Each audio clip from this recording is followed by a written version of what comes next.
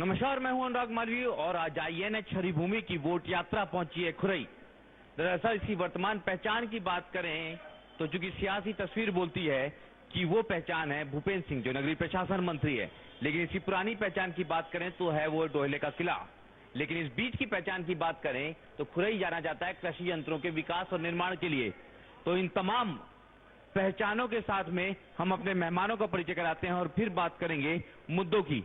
तो शुरुआत करते हैं अपने मेहमानों के परिचय से। जो सामने मेहमान हैं देशराज सिंह यादव जी हैं, जो वरिष्ठ भाजपा नेता हैं। अजीत अजवानी जी हैं, भारतीय जनता पार्टी से ही हैं, आप लगातार जो है नगर का प्रतिनिधित्व कर रहे हैं अलग अलग रूप से। सलमान सिंह राजपूत जी हैं जो आम आदमी पार्टी के प्रभारी हैं, और साथ में राकेश दुबे जी हैं जो कांग्रेस के नगर अध्यक्ष हैं। सभी मेहमानों का स्वागत करते हैं। लेकिन बात अगर करें खुरई की तो हमें देखें तो यहां पर तो डबल इंजन की नहीं, ट्रिपल इंजन की नहीं, चौपर इंजन की सरकार है।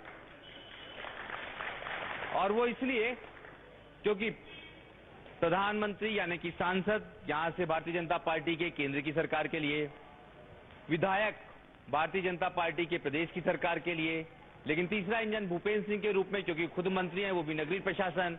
और चौथी पहचान यहां की है नगर सरकार, वो भी निर्विरोध निर्वाचित होने वाली नगर सरकार, वो भी भारतीय जनता पार्टी की है। तो चलिए सबसे पहले भाजपा के पास चलते हैं और जानते हैं दावे कितना किया विकास जब जनता ने दिया इतना प्यार। नमस्कार सर। खुरई में जहां तक विकास की बात करें तो आपने जो बोला है डोहला, हम डोहला से शुरू करें कि ग्रामीण अंचल से शुरू करें, इतना विकास पिछले 70 वर्षों में खुरई का नहीं हुआ जितना विकास भूपेंद्र भैया ने केवल 7 वर्ष में कराया।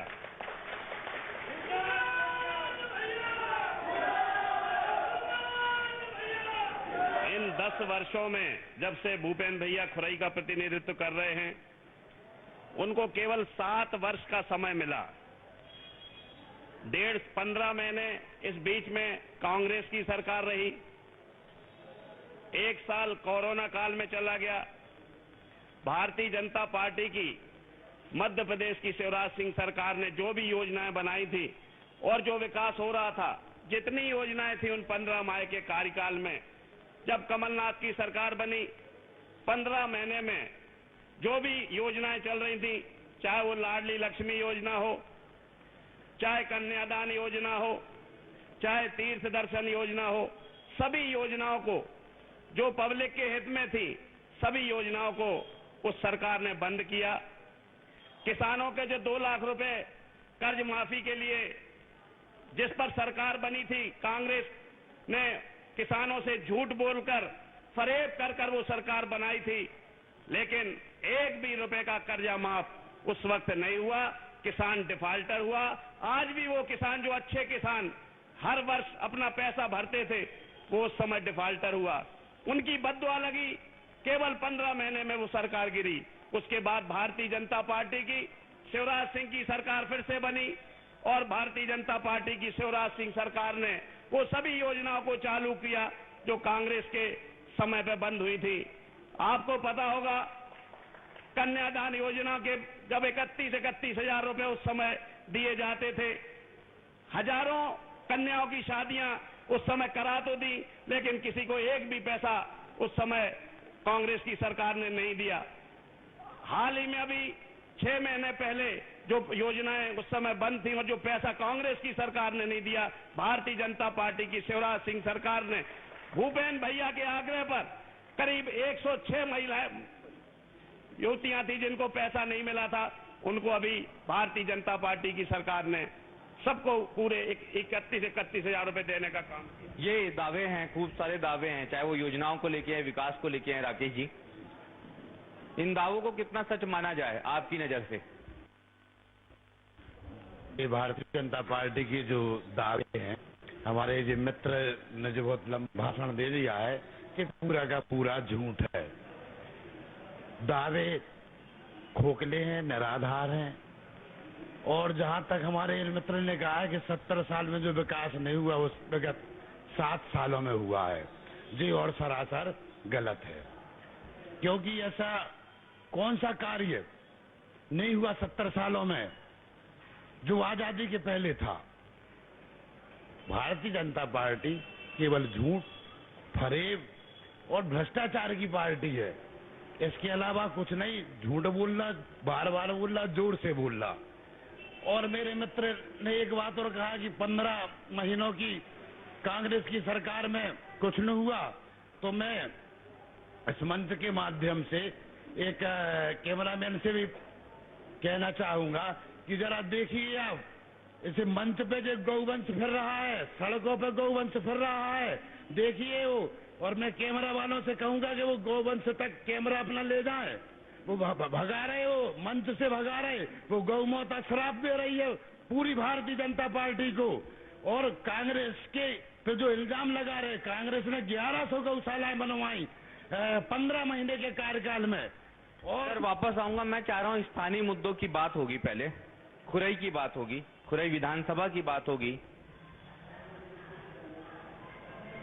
ये वाली तस्वीर के अलावा इतर जो दावे हैं पहले, उस पे आप क्या कहेंगे? देखिए, ये जो बोल रहे हैं कि 7 साल मिला है भूपेंद्र सिंह जी को, बिल्कुल सही बोल रहे हैं, 7-8 साल मिले हैं।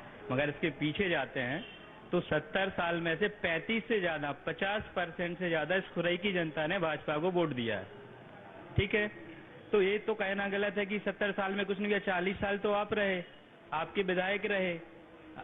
आप अपना भी तो बताइए कि भाई 35-40 साल बहुत होता है, और प्रदेश में आपकी 20 साल से सरकार है, आपने क्या किया? आज खुरई पे आ जाते हैं। हमारे भाजपा मित्र अजमानी जी ने बोला बहुत विकास हुआ, आपने बोला 4 इंजन की सरकार। भाई साहब, ये 4 इंजन की सरकार शिक्षा के क्षेत्र में 0 है। ठीक है, और कितने इंजन चाहिए कि शिक्षा में कोई सुधार करें? आप स्कूल बता दीजिए, कितने स्कूल बने, कितने स्कूल में व्यवस्थित व्यवस्थाएं आज भी टाट भट्टी पे बच्चे बैठ रहे हैं क्षेत्र की जनता के, इसको विकास नहीं कहते। दूसरी चीज पे आप आ जाए रोजगार पे। भाई साहब, 4 इंजन की सरकार यदि रोजगार नहीं दे सकती, रोजगार दिए तो नहीं गए पर छीने गए हैं, जो तानाशाही जो और एक और चीज आपने बोला कि निर्विरोध। भाई साहब, ये निर्विरोध नहीं है, ये डर विरोध। डर विरोध पार्षद चुने गए यहाँ पे, कौन नहीं चाहता चुनाव लड़ना? डर विरोध है ना, इसको निर्विरोध नहीं बोलते, इसको मेरी सबकी भाषा में बोलते हैं डर विरोध। डर की वजह से लोगों ने चुनाव लड़ना तक छोड़ दिया। यदि जो लड़े वो। आप भी डरे हुए थे? आप अपने प्रत्याशी क्यों नहीं उतारे आपने? मेरे प्रत्याशी भी डरे हुए थे, वास्तव में डरे थे। मैं यहाँ पे काफी प्रयास किया नगर पालिका में लोगों को लाया जाए, पर जो सूचनाएं मुझे मिली इसके बाद का मैं रिजल्ट बताता हूँ। जिन जिन ने चुनाव लड़ा वो सारे जेल गए, उनके ऊपर FIR दर्ज हुई। तो ये निर्विरोध नहीं है, डर विरोध है। और 4 इंजन के बाद आपने शिक्षा में 0, रोजगार में 0। हाँ, विकास हुआ है, विकास की भी बात कर लें। 24 घंटे दारू उपलब्ध है, 24 घंटे बीच सड़क में उपलब्ध है, हर घर के हर मोहल्ले में उपलब्ध है, विकास हुआ है। अवैध उत्खनन में खुरई नंबर 1 है। NH बाईपास के बाजू से कई एकड़ जमीन किसने चोरी कर ली पता ही नहीं है। गुंडागिर्दी में खुरई में 1 नंबर का विकास है। प्रशासनिक गुंडागिर्दी, ये वो खुरई है जिसमें एक दिन में एक आदमी द्वारा 50 SC ST एक्ट की कार्रवाई दर्ज हो जाती है। पुलिस लाठीचार्ज करती है, पुलिस कमिश्नर, पूरा प्रशासनिक अमले के सामने फर्जी FIR दर्ज होने वाला एक ही विधानसभा है खुरई। वापस आऊंगा आपके पास, पर ये 4 इंजन की सरकार की जब बात हो रही है, लेकिन इस शहर में जब इंजन गुजरता है तो वाहन खड़े हो जाते हैं। आप लोग रेलवे ओवरब्रिज क्यों नहीं बना पाए? हेलो जी, पहले तो मैं ये बताना चाहता हूँ कि जो आप वाले भाई हैं, कांग्रेस भाई हैं, जो उनने हमारे विकास को खोखला बताया है, ये सरासर झूठ है। आज खुरई में आप भी आए होंगे। खुरई एक ऐतिहासिक नगरी है, और जहाँ भूपेंद्र भैया जी ने 2013 से जब से निर्वाचित हुए हैं, उनने यहाँ पर इतना विकास किया है कि अभी मध्य प्रदेश के मुख्यमंत्री माननीय शिवराज जी चौहान जी आए हुए थे, उन्होंने भी बोला था पूरे मध्य प्रदेश में भूपेंद्र भैया ने सबसे ज्यादा खुरई विधानसभा में विकास किया है। इसी हाथ पे आप देखेंगे 3 करोड़ की लागत से हाट बाजार बना है, जो मध्य प्रदेश में इकलौता हाट बाजार है, जहां आप और हम सब बैठे हुए हैं। यह हाल भी भूपेंद्र भैया जी ने बनाया हुआ है। 2008 के पहले हमारा मध्य प्रदेश खस्ता हाल सड़कों के लिए जाता था। यदि हम सागर जाएं तो बस से 4 घंटे लग जाते थे। आज पूरा मध्य प्रदेश चमचमाती सड़कों से चमचमा रहा है और यह चमचमाती सड़कें ही विकास का अपना वैभव बताती हैं कि खुरई क्षेत्र में विकास हुआ है। आज आपने देखा होगा यूट्यूब चैनल पे कि पूरे देश में खुरई में डोहला महोत्सव एक अपनी नई पहचान बना चुका है। मैं डोहला महोत्सव की बात जरूर करूंगा, लेकिन मैंने सर उधर से सवाल किया, जवाब नहीं आया। विकास की पहली गाथा आपने सुनाई, मैंने वही कहा सर 4 इंजन की सरकार है, लेकिन जब इंजन गुजरता है, रेल ट्रेन गुजरती है तो गाड़ियां क्यों रुक जाती हैं? मतलब रोड पे जाम लग जाता है, आरओबी क्यों नहीं बन पा रहे हैं? आपने जो ओवरब्रिज की बात की है, 3 ओवरब्रिज जो खिमलासा रोड पे जो ओवरब्रिज बनना है, एक खैरा नाका पे बनना है और एक भूतेश्वर वाले मंदिर पे ओवरब्रिज बनना है।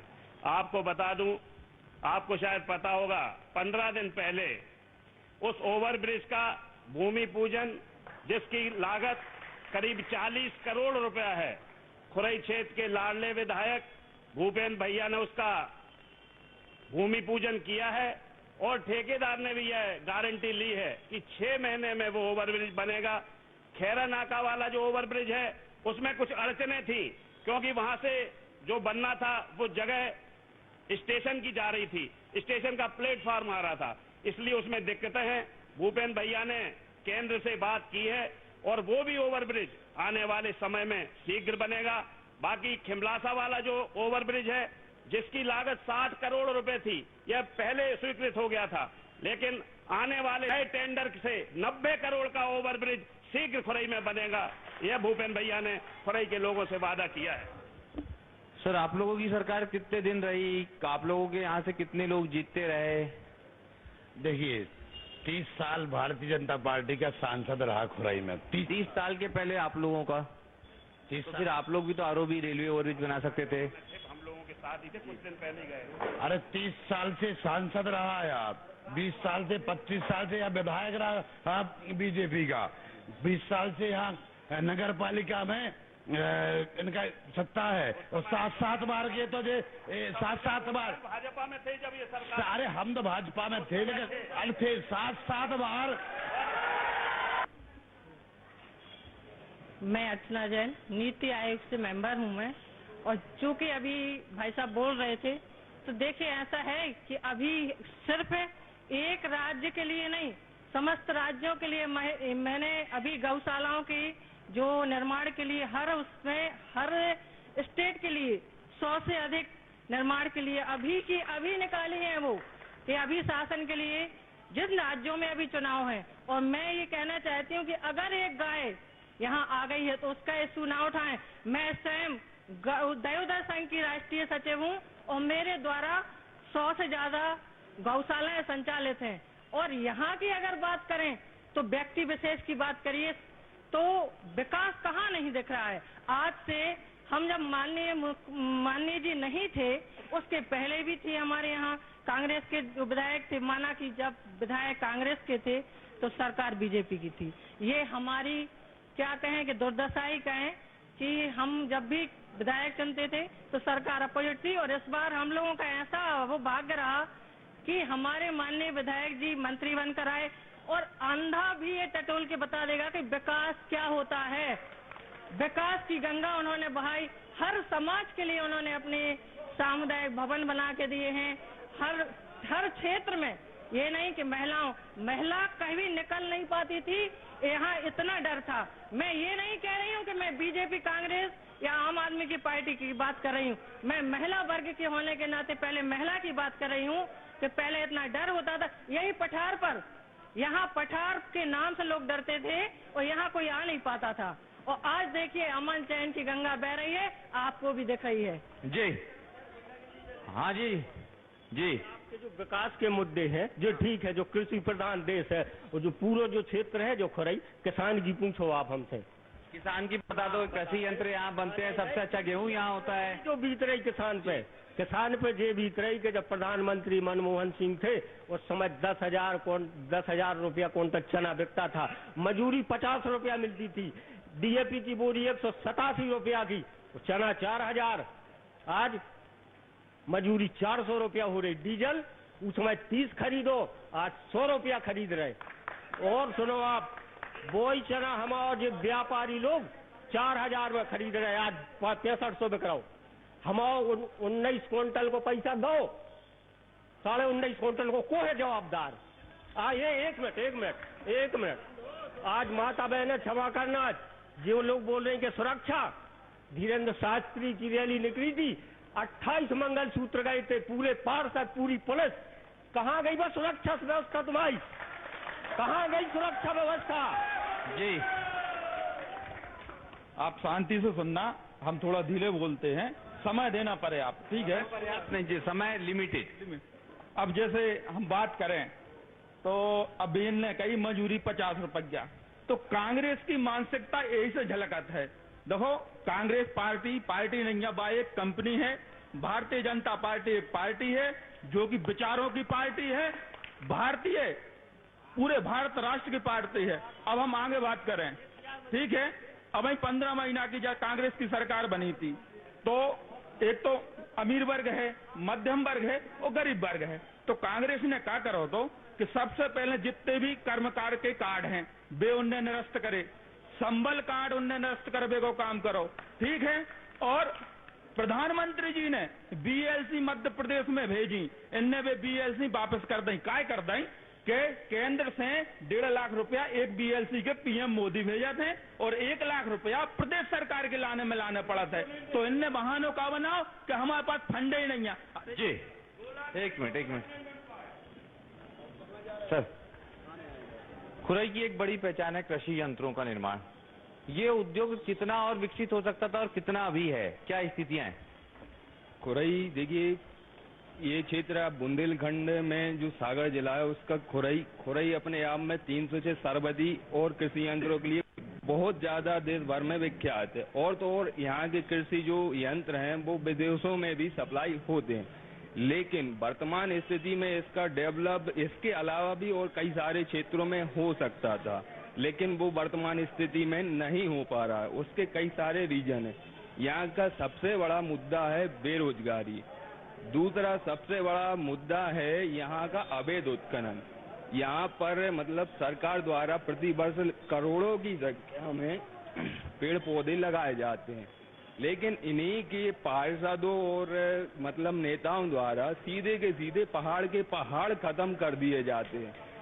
रही बात सुरक्षा की, तो मैं मानता हूँ, अभी आदरणीय की मैं बात सुन रहा था 2008 के पहले, तो 2008 के पहले जो कांग्रेस में थे, तो 2018 से 23 की पीरियड में वो ही तो भाजपा ही हैं भाई, उन्हीं के द्वारा तो सारी चीजें संचालित हो जा रही हैं।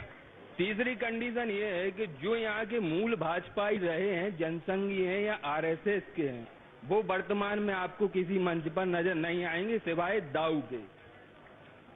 केवल कंडीशन ये है, हाँ ये हो सकता था, माननीय द्वारा किया गया, लेकिन माननीय के द्वारा जो और अदर टीम है उनके द्वारा ही कर लिया गया, जो बात माननीय के यहाँ तक नहीं पहुँच पाती। ये जो भाई साहब बच्चे 2-4 कुछ पुराने सारे कांग्रेस ही, बाकी सारे भाजपाई जो हैं वो कांग्रेस से ही आए हैं। क्योंकि जब भूपेन भैया के नेतृत्व में परिवार बढ़ रहा है, तो परिवार बढ़ाने में किसी को कोई आपत्ति नहीं होना चाहिए। जब भारतीय जनता पार्टी पूरी विश्व की सबसे बड़े पार्टी के रूप में उभरी है, उस सारे देश में कांग्रेस में भगदड़ मची, वो लोग भाजपा में आए तो भाजपा वालों ने उनको शामिल किया। वो आज भाजपा की नीति के हिसाब से वो चल रहे हैं, काम कर रहे हैं। और आज कांग्रेस मुक्त जो मोदी जी ने नारा दिया था, तो हमारे क्षेत्र में तो 32 वार्ड है, तो एक भी वार्ड में कांग्रेस नहीं है, कांग्रेस मुक्त। अच्छा ये बताइए, लेकिन ये जो पुराने भाजपाई, आप तो पुराने वाले हो ना, नए पुराने वाले हैं, ये जो नए वाले भाजपाई हैं ये खूब अवैध उत्खनन कर रहे हैं, भूपेंद्र सिंह जी के पास बात ही नहीं पहुंच पाती है। हाईवे पे जाओ तो आपको आसपास सब खुदा खुदा दिखता है, पहाड़ें खुद जाती है, पौधारोपण होता है, पौधे उजग जाते हैं, ये सब हो क्या रहा है? उस संबंध में ऐसा है, जब भूपेन भैया के पास शिकायत पहुंची है, तो भूपेन भैया जी ने अवैध खनन करने वालों के खिलाफ कार्रवाई भी कराई है, उनके डंपर भी जब्त कराए हैं, जो भी विधिवत कार्रवाई होती है वो कराई है। और अच्छा, पकड़वाए कितने और छुड़वाए कितने? नहीं, वो तो कोर्ट से छूटे, उनकी जुर्माने की रसीद कटी, उससे छूटे। वो क्षेत्र में जब करोड़ों के विकास कार्य हुए तो विकास कार्य में भी एसडीएम की परमिशन से भी उत्खनन हुआ है, ये कोई गलत नहीं है। इलीगल माइनिंग और अवैध उत्खनन का बड़ा आरोप। सर, अवैध उत्खनन जो है इसमें प्रत्यक्ष रूप से जो हम यहाँ के मंत्री जी हैं उनके भतीजे इन्वॉल्व हैं, उनका क्रेशर चलता है, ठीक है, उनके इधर उधर से सिस्टम चल रहे हैं। आपको इसकी जानकारी मिल जाएगी, आप जनता से जब सड़क पे मजबूती से जब किसी का नाम लेते थे इतनी मजबूती से शिकायत क्यों नहीं करते आप लोग? मैं शिकायत करता हूं। मैं आपको कलेक्टर साहब की रिकॉर्डिंग सुनाऊंगा। एक जनसभा होती है भाजपा की जिसमें एक स्टेडियम की एक दीवार पूरी तोड़ दी जाती है 500-600 फुट की। क्या आप बताइए भाजपा की जनसभा के लिए कोई इस तरीके से दीवार तोड़ी जा सकती है? सर एक जल्दी जल्दी, समय बहुत कम है। अच्छा, और दूसरी बात रही गुंडागिर्दी वाली, तो मैं आपको बता दूं इस क्षेत्र में इतनी गुंडागिर्दी है। कुछ ही दिन पहले बरोदिया नौनगर गांव में एक महिला को निर्वस्त्र करके, दलित महिला को निर्वस्त्र करा गया, घुमाया गया गांव में, और इसके बाद उसके बच्चे की हत्या कर दी उसी भीड़ में। दबंगाई, और वो भाजपा के नेता थे इसलिए उनके ऊपर कार्रवाई नहीं हुई।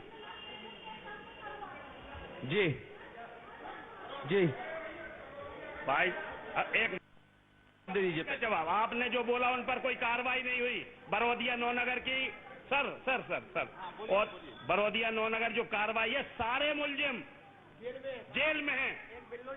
पूरे लोग 14 के 14 लोग जेल में हैं।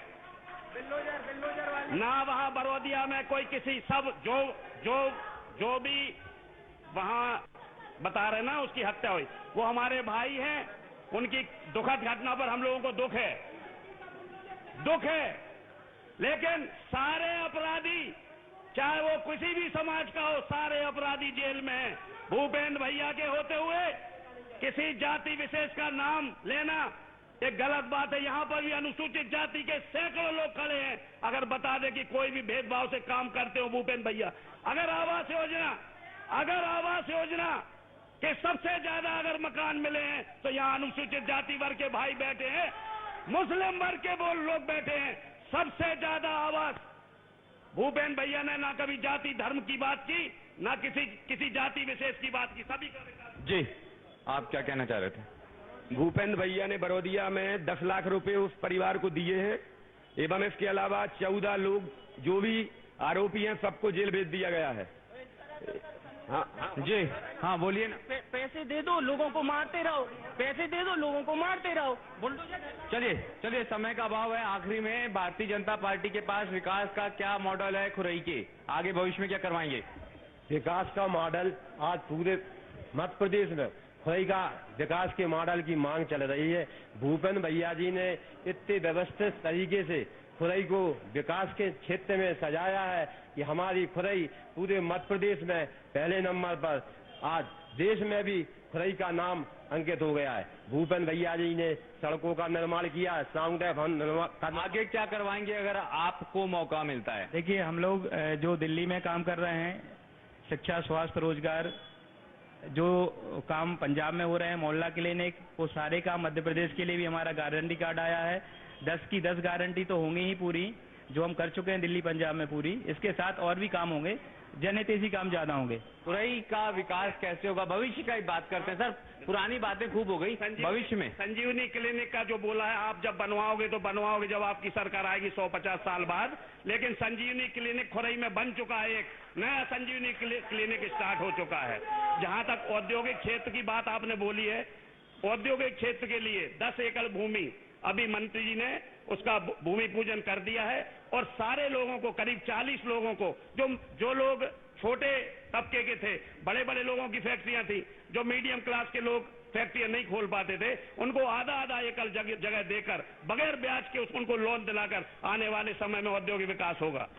कांग्रेस के पास क्या विकास मॉडल है खुरई के भविष्य का? सबसे पहले कांग्रेस की सरकार बनी, कांग्रेस का यहाँ से विधायक बना, तो आज इस मंच के माध्यम से मैं समस्त खुरई विधानसभा की जनता से वो आश्वासन देना चाहता हूँ कि सबसे भय की राजनीति को खत्म कर दिया जाएगा। जो आज भय की राजनीति है और जो भ्रष्टाचार है, भ्रष्टाचार को समाप्त कर दिया जाएगा, और भय की राजनीति, सब निर्भय होंगे, सब अपने अपने काम लगे। आज जो भय और जेल जाने की और प्रकरण बनाने की राजनीति दबाव की चल रही है, इसको कांग्रेस पूर्णतः बंद कर देगी। भले अगर यहाँ की जनता कांग्रेस का प्रतिनिधि चुनती है तब। चलिए, सबके अपने दावे हैं, लेकिन खुरई की बात करें तो खुरई निश्चित रूप से कहीं ना कहीं औद्योगिक रूप से और बेहतर विकसित हो सकती है। हालांकि यहाँ का विकास हुआ है, यहाँ एक मॉडल बना है, लेकिन अपेक्षाएं और भी हैं। कुछ बेहद जरूरी बातें हैं जो खुरई की जनता चाहती है, उसमें से एक रेलवे ओवरब्रिज भी है। थोड़ा शिक्षा के संदर्भ में और आवश्यकताएं हैं, लेकिन उम्मीद है कि तमाम आवश्यकताएं पूरी होगी। जो भी जीतेगा वो इसे जरूर पूरा करेगा। इसके साथ ही मुझे दीजिए इजाजत। नमस्कार, धन्यवाद।